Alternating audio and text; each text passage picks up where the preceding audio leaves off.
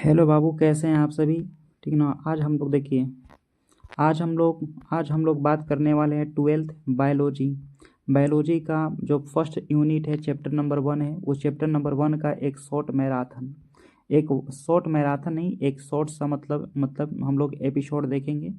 और इसमें आप लोग को जो बचा हुआ टॉपिक था, लैंगिक जनन में महत्व है, अलैंगिक जनन में जो क्या महत्व होता है, प्लस में मोनोकार्पिक, पॉलीकार्पिक, नीला कुरुंजी, नीरो कुरुंजी जो है हम लोग को, ठीक ना, युग्मक क्या होते हैं, ये सब बातें हम लोग को रह गया था। ये बातें आप लोग को आज की क्लास में समझाएंगे। और इसके लिए हम एनसीईआरटी के देखिए पीडीएफ तैयार किए हैं आप लोग के लिए, ठीक ना। इसमें थोड़ा मेहनत लगी है, लेकिन थोड़ा सा बेस्ट है, ठीक ना, आप लोग के लिए बेस्ट है। इसे ज़रूर सुनिए आप लोग, और अपने नोटबुक को भी पढ़िएगा। चलिए, थोड़ा विशेष जानकारी भी आपको यहाँ पे रखा गया है। चलिए क्लास को चालू करते हैं। लैंगिक जनन का देखिए महत्व क्या है, तो अनुवांशिक देखिए विविधता देखने को मिलता है। लैंगिक जनन में क्या होता है, जेनेटिक वेरिएशन, यानी कि अनुवांशिक विभिन्नताएं देखने को मिलता है। देखिए हम हैं चाहे देखिए आप हैं, एक अलग प्रकार के क्या है, अलग क्वालिटी है, अलग प्रकार के वेरिएशन है। तो ये सब लैंगिक जनन में ही देखने को मिलता है। यानी कि हमारे माता पिता के गुण हमारे अंदर क्या होते हैं, ट्रांसफ़र होते हैं। और ऐसा अनुवांशिक विभिन्नता देखने को मिलता है। जैसे यहाँ पे लिखा है कि संतानों में माता पिता के गुणों का क्या होता है, मिश्रण होता है। इसी को क्या कहते हैं, जिससे विविधता पैदा होती है।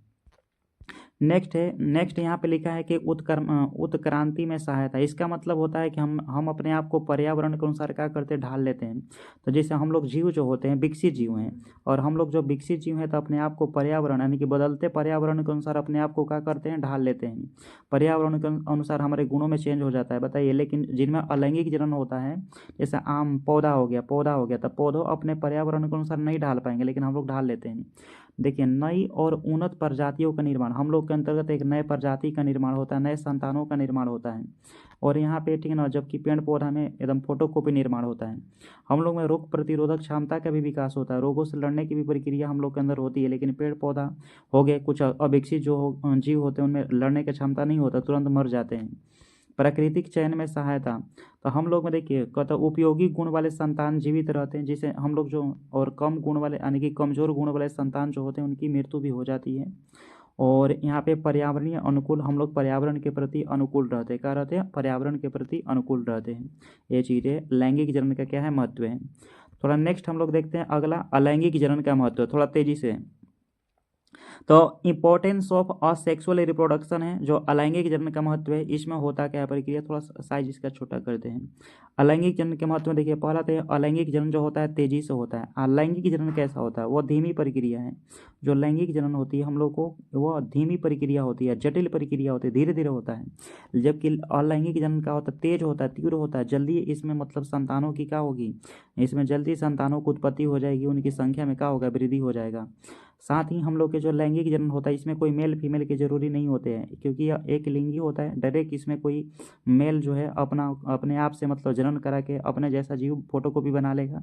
कोई या तो फीमेल जो है अपने जैसा इसमें अपने क्या करेगी, प्रजनन करके अपने जैसा मतलब जीव बना लेगी। प्लस में इसमें देखिए अलैंगिक जनन में ऊर्जा और समय का भी बचत होती है, ऊर्जा समय की बचत होती है, समान गुण वाले संतान पैदा होते हैं, एकदम फोटोकॉपी संतान पैदा होते हैं। प्लस में देखिए स्थिर वातावरण में लाभकारी, जैसे जहाँ पर्यावरण में अधिक परिवर्तन ये नहीं लाते हैं, पर्यावरणीय में ज़्यादा परिवर्तन नहीं लाते हैं। और ज़्यादातर जो अलैंगिक जनन होती है सूक्ष्म जीवों में होता है, बैक्टीरिया में, अमीबा में, ईस्ट में, ये समय ज़्यादा होती है अलैंगिक जनन, और इनकी जनसंख्या को तेज़ी से बढ़ाया जा सकता है।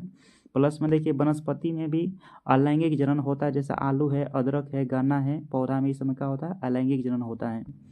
नेक्स्ट अगला हम लोग देखते हैं यहाँ पे सतत जनन। देखिए, जनन के आधार पे जीव ना दो तरह के होते हैं, एक होते हैं कंटिन्यूअस जनन करने वाले होते हैं, एक मौसमी होते हैं।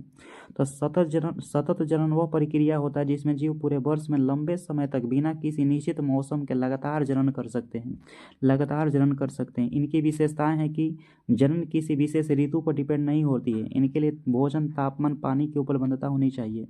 अब बाकी इसमें उदाहरण जैसे हैं सतत जनन में, मनुष्य है, ठीक है ना, कुत्ता नहीं होगा सर, बिल्ली है, गाय है, ये सब सतत जनन है, क्या है, कंटिन्यूअस जनन कर सकते हैं। नेक्स्ट अगला, जैसे मौसमी जनन, कहता मौसमी जनन जो होता है, मौसमी जनन वह प्रकार का जनन होता है जिसमें विशेष मौसम में, विशेष ऋतु के अंतर्गत वह अपने जीव का होता है जनन करते हैं। तापमान पे, वर्षा के आधार पे उनकी उपलब्धता होनी चाहिए, और विशेष मौसम में जनन कर सकते हैं। मौसमी जनन की विशेषता है कि यह साल में निश्चित समय पर इनमें जन्म होती है, पर्यावरणीय परिस्थिति जो पर्यावरणीय परिस्थितियां हैं इनमें अनुकूल होने चाहिए। जिस मौसम में अगर वो जनन कर रहे हैं तो उनके लिए पर्यावरण परिस्थिति अनुकूल होना चाहिए जनन के लिए। प्लस में इनके संतान जो है ना जीवित रहने की संभावना भी ज़्यादा रहती है, क्योंकि पूरे सीजन पे एक ही बार में जनन प्रक्रिया होती है। और उच्च श्रेणी के जानवर पाए जाते हैं, इसमें उच्च श्रेणी के जानवर पाए जाते हैं। जैसे इसमें देखिए, मतलब जो मौसम के अनुसार जनन करने वाले मेढक हैं, वर्षा ऋतु में इनमें जनन होती है, वर्षा ऋतु के अंतर्गत इनमें जनन होता है। हिरण है, हिरण में इनमें सर्दियों के अंत में वसंत ऋतु में इनमें जनन होता है। अधिकांश पंछी भी है वसंत ऋतु में अंडे देती है। मछली भी है, मानसून के समय ही इनमें क्या होता है, जनन होता है।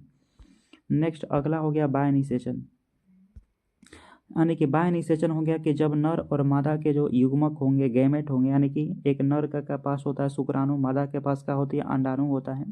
और इनका मिलन शरीर के जब बाह्य भागों में होता है, यानी कि पानी में हो जाएगा। पानी क्या है, एक माध्यम हो गया। पानी क्या हो गया, माध्यम हो गया। पानी के अंदर हो जाए तो उसी को क्या बोलेंगे, बाह्य निषेचन बोलेंगे। क्या बोलेंगे हम लोग, बाह्य निषेचन बोलेंगे। और बाह्य निषेचन की विशेषता क्या है, इसकी देखिए विशेषता है कि निषेचन शरीर के बाहर होती है और जलीय माध्यम में होती है। इसके लिए जल जरूरी होती है। बहुत अधिक संख्या में अंडे और शुक्राणु जो होते हैं ना, मेढक हो गए चाहे मच्छर हो गए, वो पानी के अंदर छोड़ जाते हैं और तब जाकर उस पानी के अंदर भ्रूण का क्या होता है, विकास हो जाता है। भ्रूण का विकास हो जाता है। और इसमें देखिए एग्जाम्पल है आपका मछली, मेढक है, समुद्री जीव होते हैं, और मच्छर भी हो जाएंगे, ठीक ना। मच्छर भी हो जाएगा आपका, मॉस्किटो भी इसके अंदर हो जाएगा। उसके बाद नेक्स्ट हम लोग के आंतरिक निषेचन है। क्या है, आंतरिक निषेचन है। आंतरिक निषेचन वो प्रक्रिया जिसमें नर और मादा के जो गैमेट्स होते हैं, जैसे एक आपका यहाँ पे जैसे मेल है, उनके पास जो गैमेट होते हैं शुक्राणु होते हैं, मादा के पास जो गैमेट होते हैं वो अंडाणु होते हैं। जब उनके आंतरिक भागों में मिलता है तब जाके आंतरिक जनन होती है। और इसकी देखिए यहाँ पे विशेषता भी आंतरिक जनन के, यह शरीर के अंदर होता है और भ्रूण को बाहरी वातावरण से सुरक्षा मिलती है, क्योंकि बाहरी वातावरण में तो भ्रूण रहता नहीं, अंदर के भाग में रहता है। संतान जीवित रहने की संभावना बहुत ज़्यादा और इसमें होती है। जबकि बाह्य जनन में संतान जीवन जीने की संभावना एकदम बिल्कुल एकदम ना के बराबर होती है, 0% होता है एकदम। प्लस में देखिए इसमें हो गया सामान्यतः कम संख्या में अंडे के विकास होता है और शिशु की क्या होती है, जन्म होती है। और इसमें एग्जाम्पल क्या है, इसमें मनुष्य है सर, ठीक है, पंछी भी हो जाएगी, सरीसृप हो जाएगा, ये सब एग्जाम्पल है।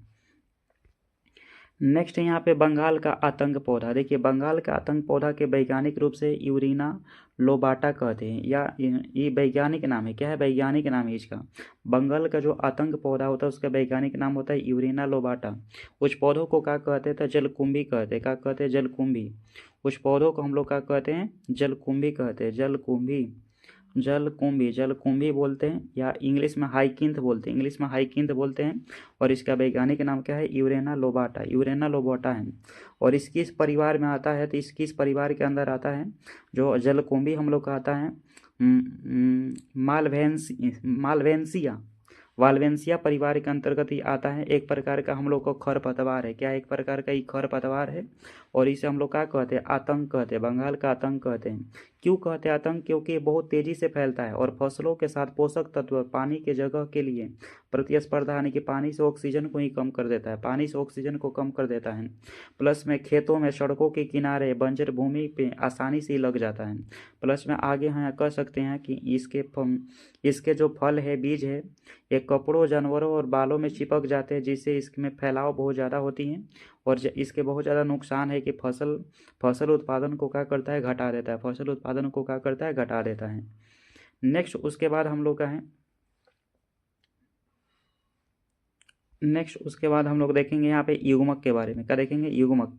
गैमेट्स क्या होते हैं, देखिए गैमेट्स, एक मेल के पास जो गैमेट्स होता है वो स्पर्म होता है। एक फीमेल के पास जो गैमेट्स होती है वो उनके अंडाणु होती है, ठीक ना। तो यहाँ पे गैमेट्स की बात करें तो युग्मक वे विशेष जनक कोशिका होती हैं, जैसे लैंगिक जनन में वो भाग लेती हैं, ठीक ना। लैंगिक जनन में क्या, तो युग्मक जो होता है एक विशेष जनक कोशिका होता है। जैसे एक मेल का जनक कोशिका क्या होता है, स्पर्म होता है। एक फीमेल की जनक कोशिका क्या होती है, उनके अंडाणु होती हैं। और लैंगिक जनन में क्या होती है, भाग लेती है, जिससे सलायन से निषेचन बनता है, जाइगोट बनता है। यानी कि जब मेल का स्पर्म है, फीमेल के जब अंडाणु है, भाग लेगा तो क्या बनेगा, जाइगोट बनेगा। वह जाइगोट विकसित होने के बाद क्या बनती है भाई साहब, जैसे देखिए यहाँ पर युग्मक दो प्रकार के होते हैं। एक नर युग्मक होते हैं, जैसे शुक्राणु कहते हैं, एक मादा युग्मक होते हैं जिसे क्या कहते हैं, ओविम कहते हैं अंडाणु कहते हैं, ओविम कहते हैं अडाणु कहते हैं। इसकी विशेषता भी है कि इनमें गुणसूत्रों की संख्या जो आधी होती है और इसमें अर्धसूत्री विभाजन से बनता है। कैसे बनता है? अर्धसूत्री विभाजन से बनती है। और कहता है निषेचन के समय नर और मादा युग्मक मिल करके ना 2n गुणसूत्र का क्या करते हैं? निर्माण करते हैं। 2n गुणसूत्र का क्या करते हैं? निर्माण करते हैं। नेक्स्ट यहाँ पे समसूत्री विभाजन है। देखिए नेक्स्ट इसका हम लोग ना चैप्टर नंबर 3 में बहुत बेहतरीन ढंग से पढ़ेंगे, लेकिन यहाँ पे थोड़ा सा आप लोग को बता दिए हैं कि समसूत्री विभाजन वह कोशिका विभाजन होती है जिसमें एक जनक कोशिका से 2 समान पुत्री डाउटर कोशिका के निर्माण होती है, जिसे गुणसूत्र संख्या इसमें समान देखने को मिलता है। देखिए जब समसूत्री विभाजन होता है ना तो उनमें गुणसूत्रों की संख्या क्या देखते हैं? समान देखने की, उनमें गुणसूत्रों की संख्या ना समान देखने को मिलता है। क्या मिलता है? समान देखने को मिलता है। समसूत्री विभाजन देखिए एग्जाम में पूछ लेता है कि कितने चरण में होता है? 4 चरण में होता है, जिसे प्रोफेज है, मेटाफेज है, ठीक ना। प्रोफेज में गुणसूत्र सघन और स्पष्ट दिखाई देता है और नाभिकीय झिल्ली या नाभिका लुप्त हो जाती है। नाभिकीय झिल्ली नाभिका क्या होती है? लुप्त हो जाती है। चैप्टर नंबर 3 में हम लोग पढ़ेंगे ये सब बातें। मेटाफेज जो होता है यह सभी गुणसूत्र कोशिका के मध्य पर मतलब आ जाती है। और एनाफेज जो होता है इसमें सेंट्रोमियर क्या होता है? विभाजित होता है, गुणसूत्र अलग होकर विपरीत ध्रुव की ओर चला जाता है। और यहाँ पे नेक्स्ट आप लोग को टेलियोफेज है, ठीक ना। 4 फेजों में होता है। टेलियोफेज में नाभिक बनना चालू हो जाता है, गुणसूत्र पुनः पतले हो जाते हैं। तो हम लोग के जो समसूत्री विभाजन होता है टोटल 4 चरण में होता है और इसमें गुणसूत्रों की संख्या जो होती है समान होती है। और एक जनक से दो समान पुत्री कोशिका का निर्माण होता है। एक जनक से, देखिए साफ साफ यहाँ पे लिखे हैं बातें कि एक जनक से कोशिका में 2 समान पुत्री कोशिकाएं बनती है और गुणसूत्र समान होते हैं। ये चैप्टर नंबर 3 में बहुत बेहतरीन ढंग से पढ़ेंगे कि 4 गो फेज होता है। चारों फेज के बारे में हम लोग पढ़ेंगे, ठीक है ना। कौन कौन फेज है? प्रोफेज है, मेटाफेज है, एनाफेज है और टेलियोफेज है। नेक्स्ट हम लोग को देखिए यहाँ पे मोनोकार्पिक है, ठीक है ना। मोनोकार्पिक के बारे में आप लोग को पढ़ाए थे कि वैसे पौधे होते हैं जो जीवन काल में केवल एक ही बार फूल और फलों और बीज बनाते हैं, उसके बाद क्या होते हैं? मर जाते हैं। क्या होते हैं? मर जाते हैं। अपने जीवन काल में एक ही बार फूल फल का विकास करते हैं, लेकिन इनकी विशेषता है कि जीवन में एक बार इनके पास पुष्प लगती है और बीज बनने के बाद इनकी मृत्यु हो जाती है। ऊर्जा का अधिकतम उपयोग एक ही बार प्रजनन करने में कर देते हैं। उदाहरण के लिए जैसे यहाँ पे गेहूँ है, ठीक है ना। गेहूँ है, धान है, मक्का है, सरसों है, इनमें केवल एक ही बार प्रजनन होता है, उसके बाद इनकी मृत्यु हो जाती है। नेक्स्ट उसके बाद हम लोग का देखिए पॉलीकार्पिक है। पॉलीकार्पिक जो है ना एक से अधिक बार इनमें फूल लग जाता है, फल लग जाता है और इसे पॉलीकार्पिक कहते हैं। और इनकी विशेषता है कि जीवन काल इनका बहुत लंबा होता है, बार बार इसमें फूल फल का विकास होता है। फल देने के बाद पौधा मरता नहीं है, फल देने के बाद पौधा इसमें मरता नहीं है। यहाँ पर देखिए बहुत सारे एग्जाम्पल आप लोग को दिए थे, आम, अमरूद, सेब, नींबू, ठीक ना, गुलाब है। लगातार इनमें फलों का विकास होता रहता है और इनका जीवन काल बहुत क्या होता है? लंबा होता है। नेक्स्ट यहाँ पे है नीरो कुरुंजी या नीला कुरुंजी के नाम से इसको जानते हैं हम लोग, ठीक ना। और जो नील कुरुंजी प्रसिद्ध है, ये पर्वतीय है, ठीक ना। थोड़ा सा साइज इसका बड़ा करते हैं। देखिए जो हम लोग को नील कुरुंजी जो होता है, नील कुरुंजी एक प्रसिद्ध पर्वतीय पुष्पीय पौधा होता है जो केरल, तमिलनाडु, कर्नाटक के क्षेत्रों में पाया जाता है। प्लस में इसकी विशेषता है सर, इसकी विशेषता है कि 12 वर्ष में केवल एक बार इसमें फूल लगता है। फूल आने पर पूरी पहाड़ियाँ नीले बैगनी रंग से दिखाई देती हैं, ठीक है ना। 12 वर्षों पर एक बार इसमें क्या होता है? फूल लगता है और जहाँ फूल लगती है तो वहाँ के पहाड़ियाँ जो है नीले बैगनी रंग की दिखाई देती हैं। और यह एक ठीक है ना, मोनोकार्पिक पौधा होती है। क्या होती है? यह एक जो होती है हम लोग का मोनोकार्पिक पौधा होता है। एक बार फूल देकर ये भी क्या होते हैं? मर जाते हैं। और नेक्स्ट है, ठीक है ना, नेक्स्ट है कि इसका जो वैज्ञानिक नाम होता है एस्ट्रोबिलेंथेस और कुंथीना। ये आमतौर पर 1500 से 200 मीटर की ऊंचाई पर मतलब उगता है। और इसमें देख आप लोग के एग्जाम्पल लिखवाए थे इसका, ठीक ना। नीलोकुरुंजी में लिखवाए थे आप लोग को चंदन का पेड़ होता है, प्लस में हिबिस्कस होता है, यानी कि गुड़हल होता है। क्या होता है? गुड़हल होता है। प्लस में इसका महत्व है कि नीलगिरी के पर्वत की सुंदरता जो है ना इसी के कारण ज़्यादा देखने को मिलता है। नीलगिरी जो पर्वत है जो तमिलनाडु वाला क्षेत्र में पाया जाता है, तमिलनाडु के क्षेत्र में पाया जाता है, वहाँ पे नीलोकुरुंजी नामक पुष्प और पादप वहाँ पे पाए जाते हैं। नेक्स्ट अगला हम लोग के हैं मानव में गुणसूत्र। यहाँ देखिए यहाँ पे गुणसूत्र, जैसे मानव के अंदर 46 गुणसूत्र होते हैं, जैसे 23 जोड़ा कर सकते हैं। गोरिल्ला में 48 गुणसूत्र होते हैं, 24 जोड़ा हो जाएगा। कुत्ता में आपका 78 गुणसूत्र होते हैं, यानी कि 39 जोड़ा हो जाएगा। 39 जोड़ा हो जाएगा। और बिल्ली के अंतर्गत 38 गुणसूत्र होती है, गाय में 60 गुणसूत्र होता है, मुर्गा के अंतर्गत 78 गुणसूत्र यानी कि होता है। तो ये हम लोग का आज के सेशन रहा अभी का फिलहाल, ठीक है ना। एक छोटा सा ही सेशन था आप लोगों के लिए। बहुत बहुत धन्यवाद आप सभी लोगों को। दोबारा से इसे सुन जरूर लीजिएगा, क्योंकि बहुत सारे इसमें चीज़ें आप लोगों के लिए मतलब खास चीज़ें लिख कर दिया गया है।